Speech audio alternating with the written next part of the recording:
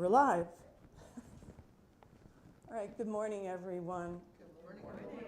And thank you for coming. I really do appreciate that. So I will start with telling you a little bit of a story. I have not been quite sure how to approach this. And Gard has been my mentor. And I'm like, what do I do, Gard? What do I do? And he said, well, they're going to want to know who you are, and they're going to want to know why Swedenborg.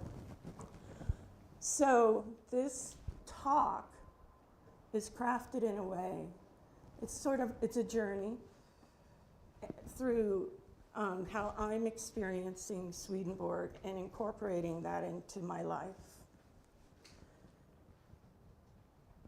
So we're going to start with a poem.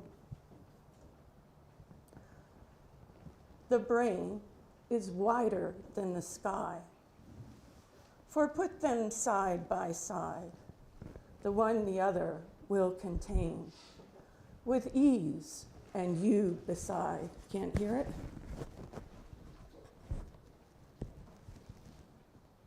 The brain is deeper than the sea. For hold them blue to blue, the one the other will absorb as sponges buckets do. The brain is just the weight of God, for heft them pound for pound. And if they differ, if they do, as syllable from sound. That poem was written in 1862 by Emily Dickinson. And I thought, since we've been thinking about the psyche and the mind for the past week, I thought it was a good way to get started. So when I talk about where I live, I feel I live in a place where the veil is thin. And I have another poem that I'd like to share with you, because it's about the place where I live. And this is the start of Swedenborg, because we know that many artists and poets have been influenced by Swedenborg. So I feel his influence on me.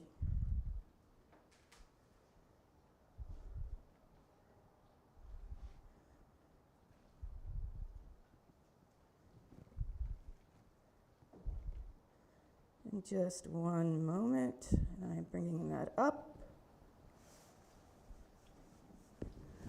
This also captures some of my feelings about being a veterinary chaplain and my relationship with God's creatures.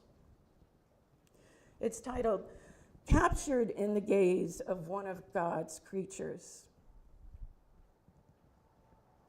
I stood alone. No. I stood on the path to the beach, captured in the gaze of one of God's creatures. I was not alone. On foggy days, the veil is thin. Time, space, and sound are transformed by the mystery that lives in the fog.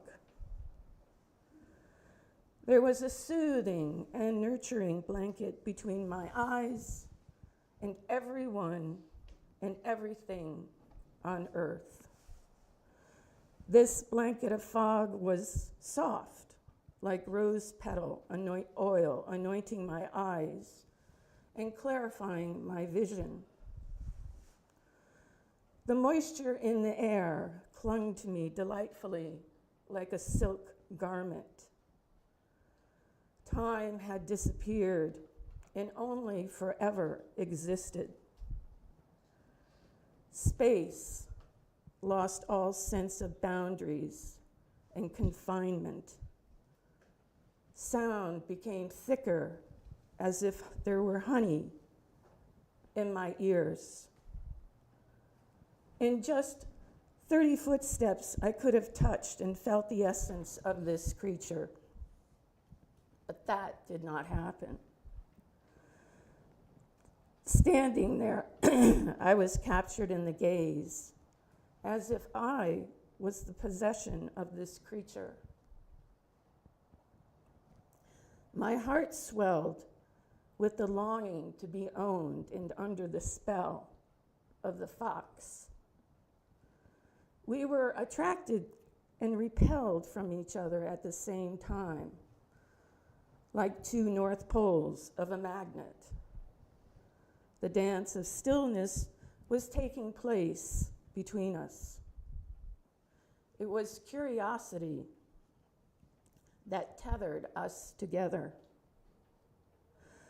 Locked together in each other's gaze, all that we were two sentient beings in the salted fog of a quiet day. A day made by the Creator. Two sentient beings created by God.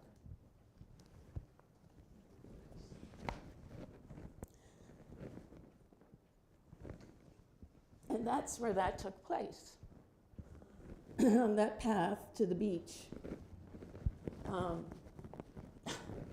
I encountered a fox.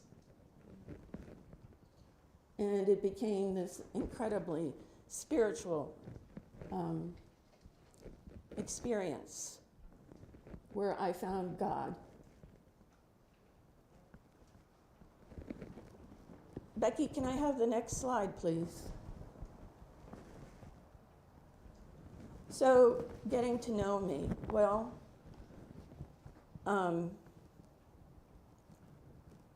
I was a scientist in my previous life, and my area was transplant medicine, and that's how I ended up in Nova Scotia. I was recruited to go there and to design, build, and direct their transplant laboratory for solid organ and stem cell.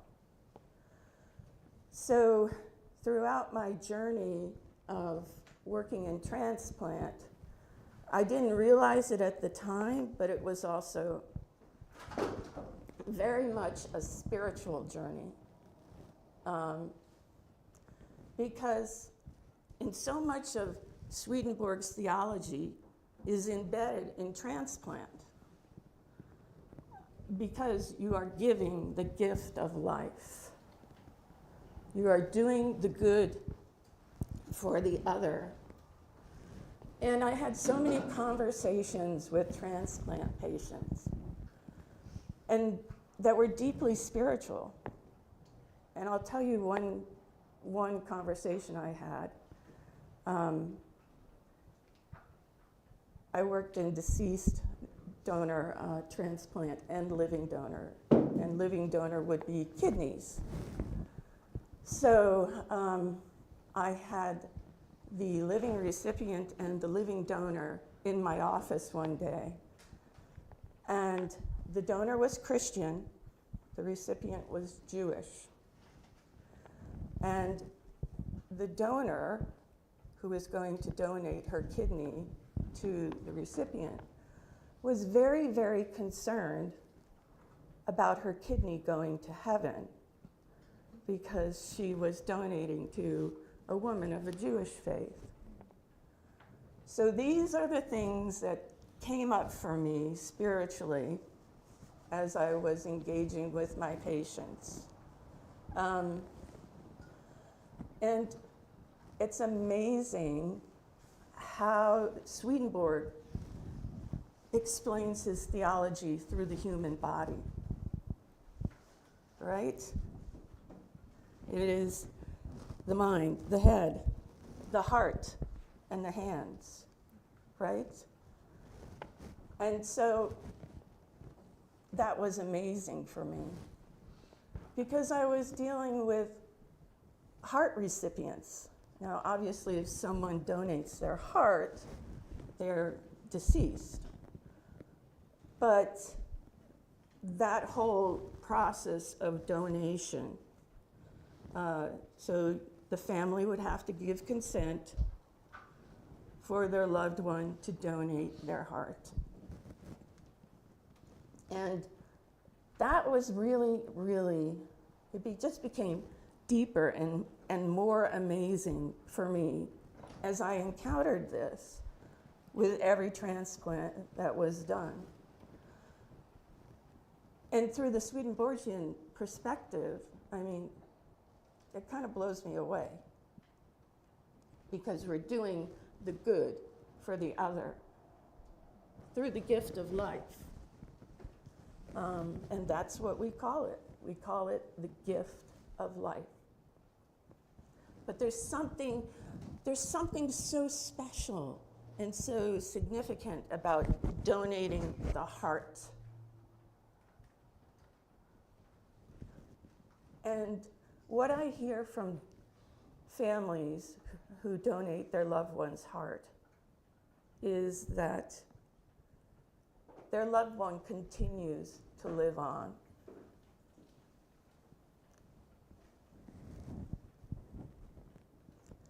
And that's a lot of what the healing process is for families who donate their loved one's organs. So that became profoundly theological for me. And I could spend the entire talk just talking about Swedenborg's exploration of theology through the body and the significance of donating the heart. But I don't have time for that today. Maybe another talk will come about at some point. May I have the next slide, please?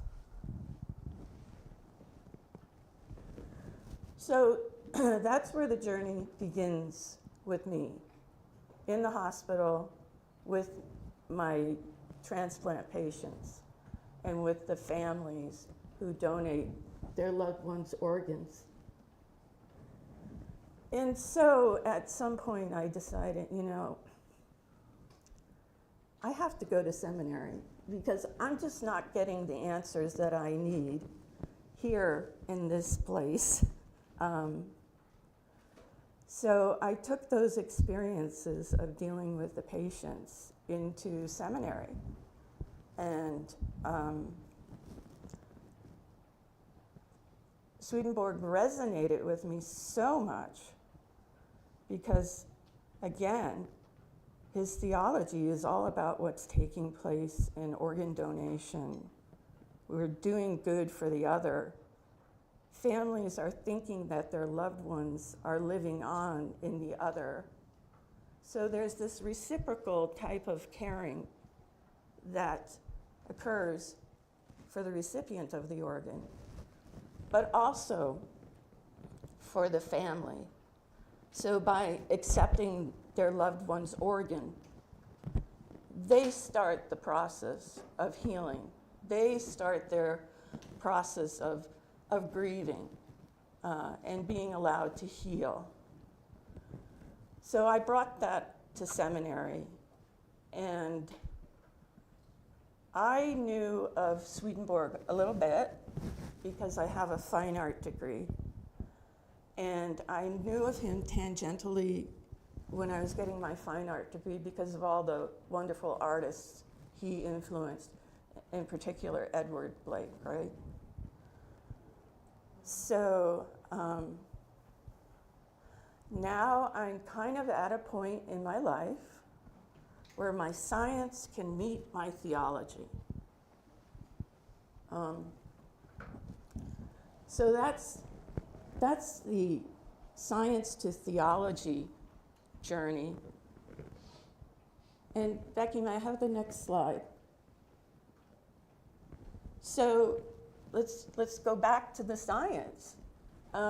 Swedenborg wrote a treatise on tremulations, right? For him, life is vibration. Everything vibrates. And that's what got me into playing the harp. because in his treatise, he described vibration, and that is how, and the way he described it is how one string vibrates, it'll impact the string next to it, it'll start to vibrate. And there's just so, every harpist knows about that because we use that, we manipulate those techniques for making music. So what did I do with the harp? I brought it into my theology. And I, working on getting a certificate in harp therapy. And I go into places like hospice and play the harp, kind of like I did the other night. And when the shutdown happened, we couldn't go into hospice, we couldn't go into the hospital. So I took my harp, I took it to the veterinary clinic. And that's the actual harp right there that I work with. It has a strap, so I can wear it on my chest. And, people couldn't go into the veterinary clinic. They were all sitting in their cars waiting to be called to go into the veterinary clinic. Some of those people were waiting to euthanize their animal. So they roll down their window, I play my harp, and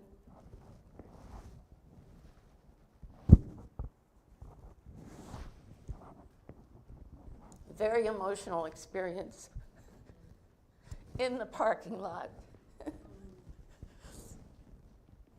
You never know. You never know where it's going to happen. But in the middle of a pandemic, that's how I found a way to serve. And so the journey with the harp continues.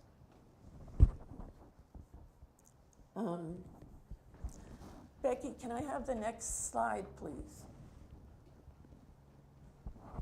So also, quite tragically, I'm sure Catherine remembers this, during the shutdown, April 18th, 22 Nova Scotians lost their lives in a mass shooting. That's the largest mass shooting in Canadian history. So, again, Swedenborg comes back into the picture. Why? Because his dream life and doing grief work.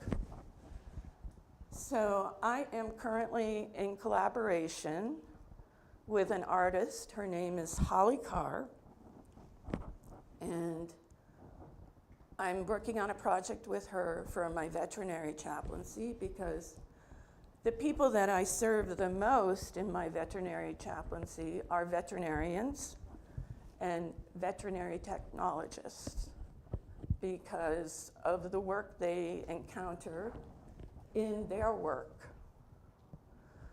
So I have designed, along with Holly, we have a design that we hope to bring to the world for grief work in the veterinary community. So what I'm going to do is I'm just going to show you some of Holly's work for grief work. She has been inspired by this tragic event. And she has used her creative abilities in order to deal with this very tragic event So can we move that down here? Oh, that's okay. No. So I'm going to flip over these paintings because I think you may find some Swedenborgian themes in here. And this painting is The Dream.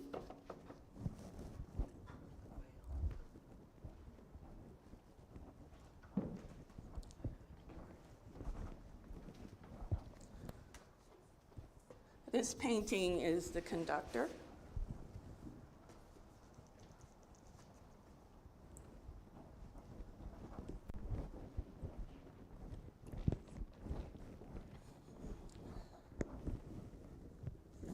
And this painting is to honor each person that died that day. Each person as their own star. So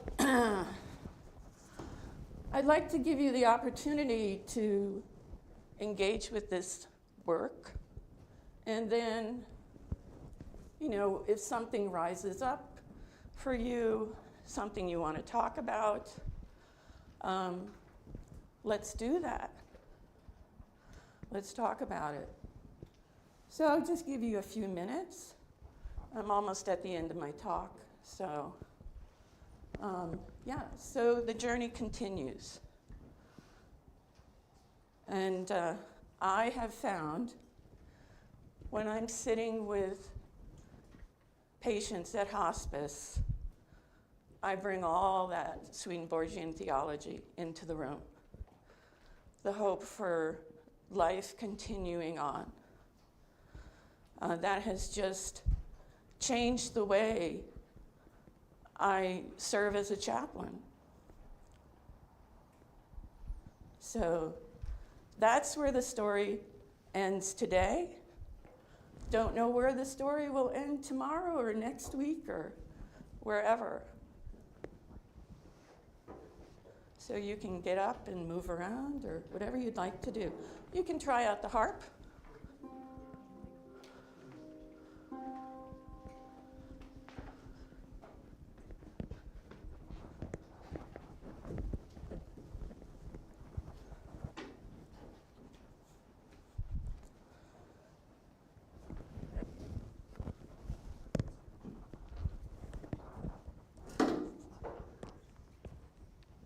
Done digitally? The reprint, yeah. But originally, what was the medium? Oil.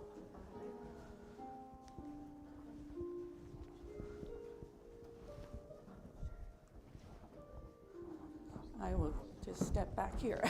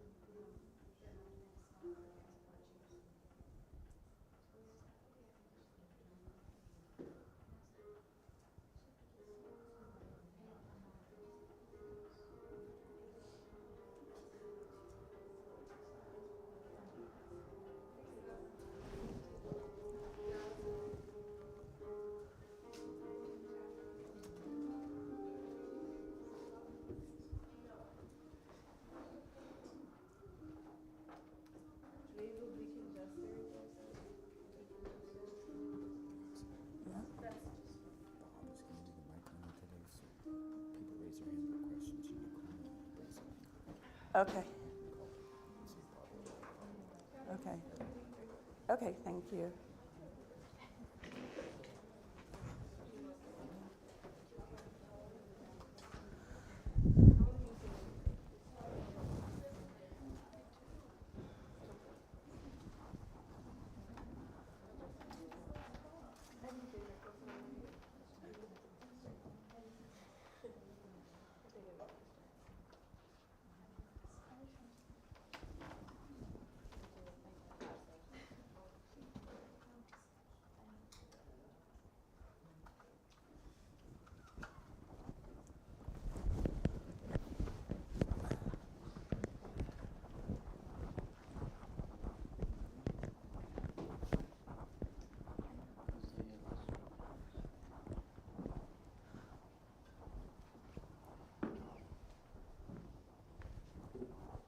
Anything come up that anyone would like to comment on, share, question?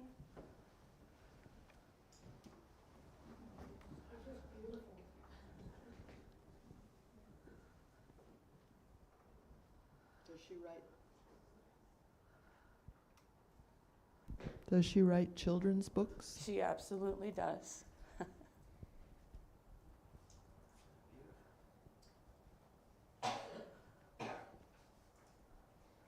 She also does installations on silk.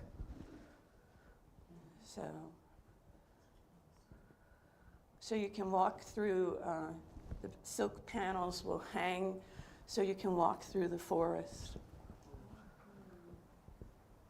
Is she Canadian? Yes. Yes. I really like all the whales and the dragonflies. I feel called to mention that I have this oracle deck. Is this? Put it right up to you, in front of your face. Okay. Top of it is what we see. I have this oracle deck and I often use it, and there's one that talks about whales. I feel like this is echoing. That's okay. Okay. And I feel like I got it. There's this one that talks about whales and how whales have this sound and they hum it and they echo it all throughout the ocean, Yeah. and that it reaches areas that we don't even like grasp in our mind, and is a very healing frequency. And I think it's really cool that there's so many whales. And the card is all about singing your song and singing like the song that's in the chamber of your heart or something. And just about being authentic to you and sharing your song to heal the planet, essentially, which is so much of what whales do. And then there's another whale card in that same deck that talks about whale eyes, and about how when a whale looks at you in the eye, it's like it's looking at your soul. And it's a very healing experience, because it's like they don't see you, they see who you truly are. Right. Yeah, so I really like all the whales a lot. I find them very healing and very just magical for this planet. Yeah. So it's the intention of all these paintings is to do grief work and to get on the path to healing. How did you choose to incorporate the whales? Well, I did not design these works. This is designed by Holly, but in the piece that we're working on, there'll be a very big whale. Very, very big whale. Yeah. And those are angelfish down at the bottom. Yeah.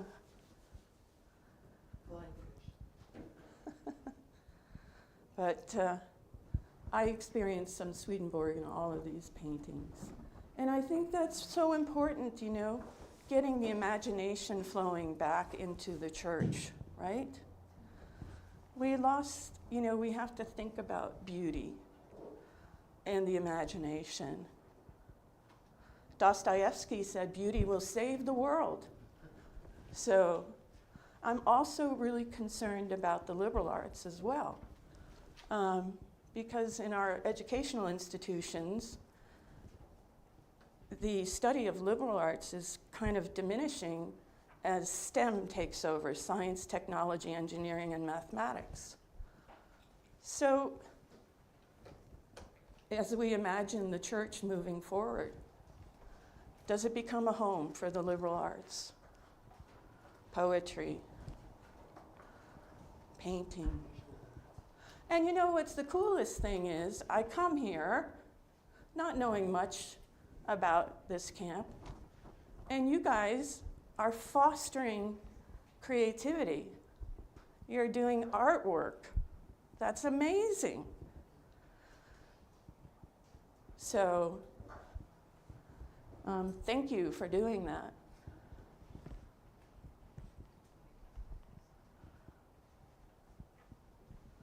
Yes.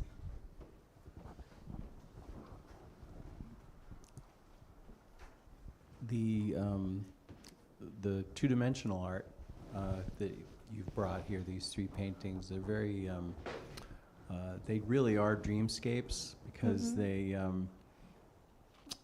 so vivid in color, but they, each of them breaks the boundaries of the reality that we live in. So whales in the sky, Yeah.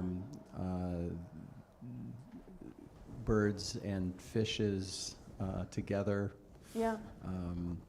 with people. These are not things that we see and experience in, quote, real life. And so it's, breaking the bounds and allowing us to sort of imagine a bit. And it's also the collision of sort of the natural environment or the integration of the natural environment and the built environment. So it's very powerful and very freeing. I'm curious about your own personal journey and veterinary chaplaincy. Like I'd never heard that term before today. And, That's because I'm pioneering it. so can you talk a little bit about that and how that is a manifestation of your own personal journey? Well, I have certainly engaged a lot of grief with my own personal experiences with death and the loss of my loved ones, my companion animals. And what I see rising up in the world, it's not only grief of the individual, it's grief of the masses, right? So I was interviewed by a paper out in British Columbia when there was that mother orca whale. Her baby died, and she pushed that baby, the dead baby, around for days. And what happened there was the entire community of humans entered into that grief as well.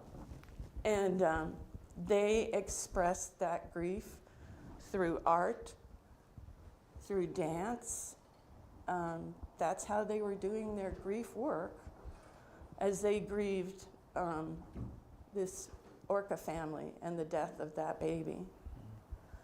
I myself, when there are wildfires, we don't hear too much about all the animal life that's lost, but, I'm a fellow, an associate fellow at the Oxford Center of Animal Ethics, so when I go to England, I see the grief, and I experience the grief and the trauma of folks who are working in animal welfare, animal rights. I tell you, when I come home from that summer school, that conference, I have been completely traumatized by what these people are working with as they fight for the well-being of animals in whatever capacity that may be. So it's a question that the churches need to think about too, is in our zeal to be useful, how do we maintain the resilience to continue to be useful because people burn out and they can't engage anymore. So I am trying to develop a sanctuary for the soul, a place where people can seek some respite from doing the good and being burnt out from doing the good, and healing through beauty and relationship and the teachings of Swedenborg.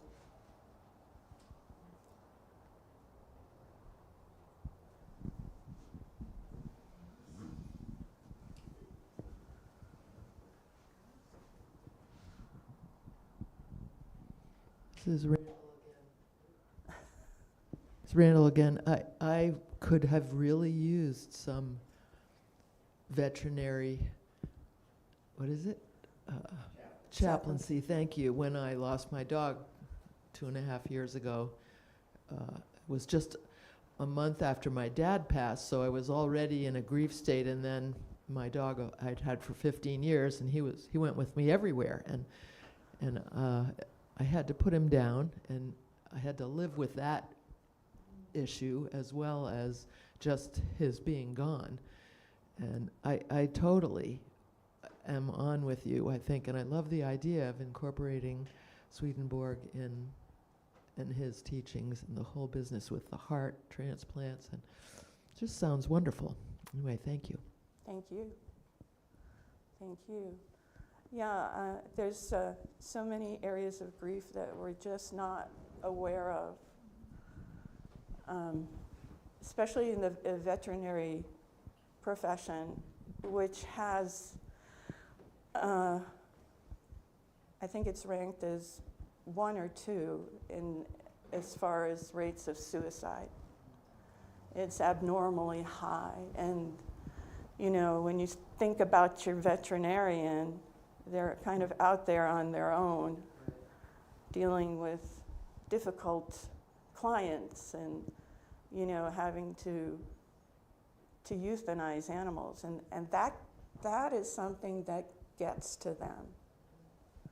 That gets to them, and that could lead me into a whole discussion about medical assistance in dying, but we can't go there right now. Question. Yes, this is Martha. I don't have a question. I was going to actually say the same thing you just said. Veterinarians go through a lot of grief, the same way that doctors and nurses do, but there seems to be more help for doctors and nurses than there are veterinarians. And people don't think of them as having the same kind of grief, but it is because they see a lot of trauma, they see a lot of loss of life, and they, unlike most doctors and nurses, have to take a life. And that is very traumatic, very traumatic. And so I think this is a wonderful idea, and also not only for the veterinarians, but for the people that have their pets and take their pets. And I know that we had to have one of our pets euthanized, and the veterinarian came, and he did such a wonderful, wonderful job. But Right. then, who counsels him? Yeah. I mean, he did a wonderful job counseling and being with us, but, you know, no one was there for him. Very true, very true. This is Elise. This topic also makes me think about farmers, Yeah. and the idea of raising livestock and animals that you know, grow bonds with, and then, you know, might have to put down just because of, you know, something that they might have.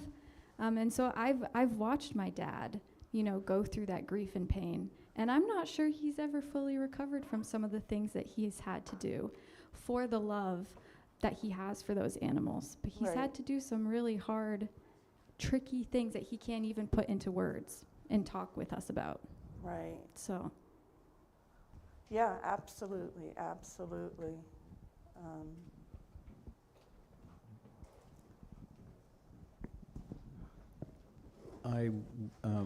This is bringing up, and it's choking me up in this context, something I learned within the year.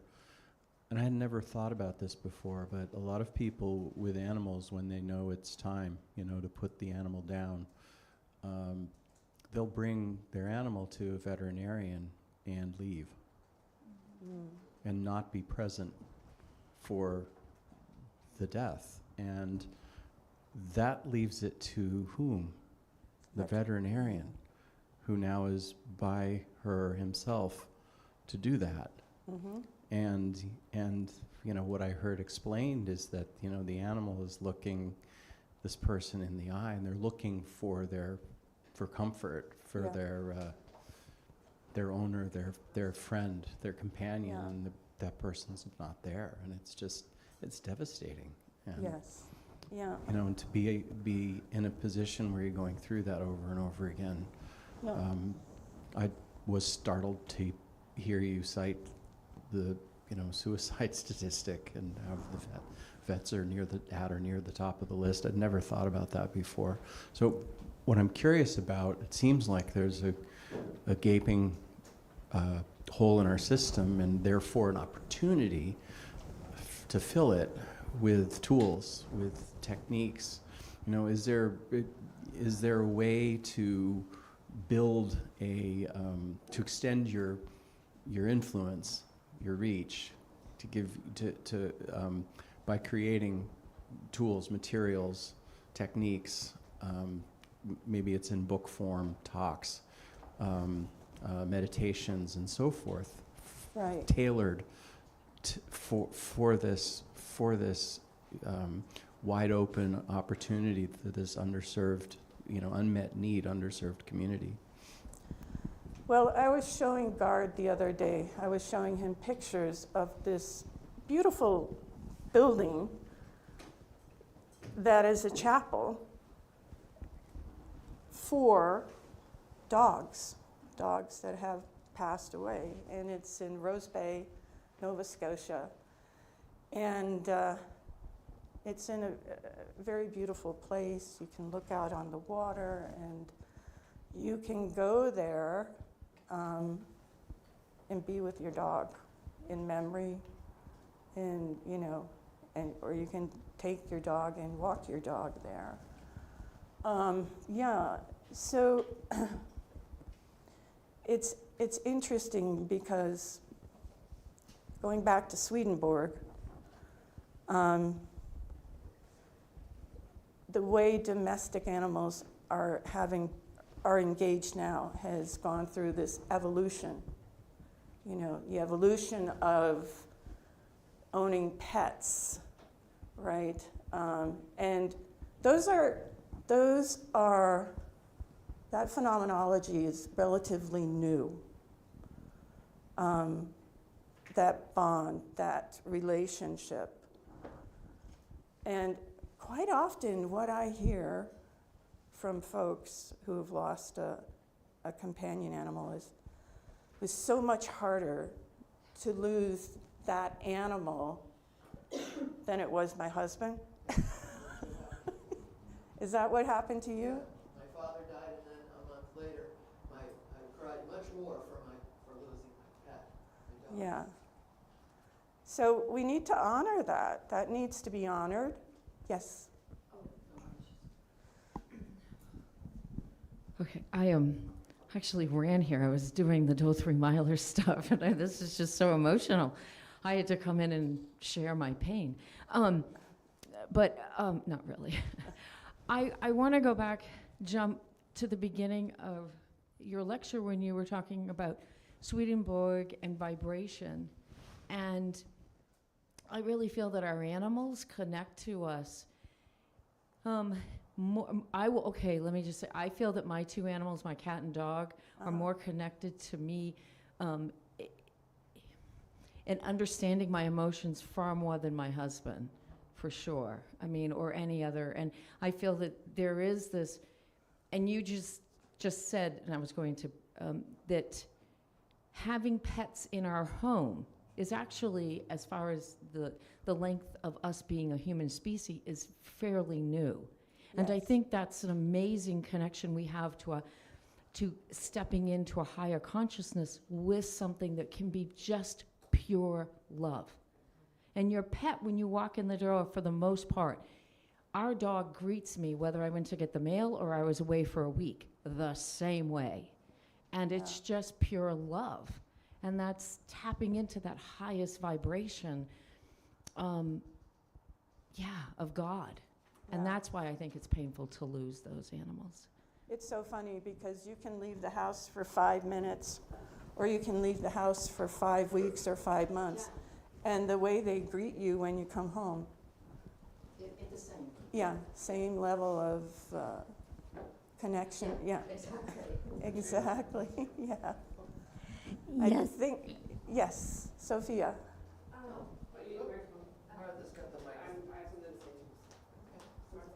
We're getting close to time, so. okay, I will be quick, but I want to say that one time when I was feeling very sad and I was sitting at my dining room table and the tears were running down my cheek, but I wasn't sobbing or crying or anything. No noise, not that I was aware of. But my dog was out in the other room, and all of a sudden, he came in and laid his little chin right on my leg and just stayed there with me. Yeah, it's incredible.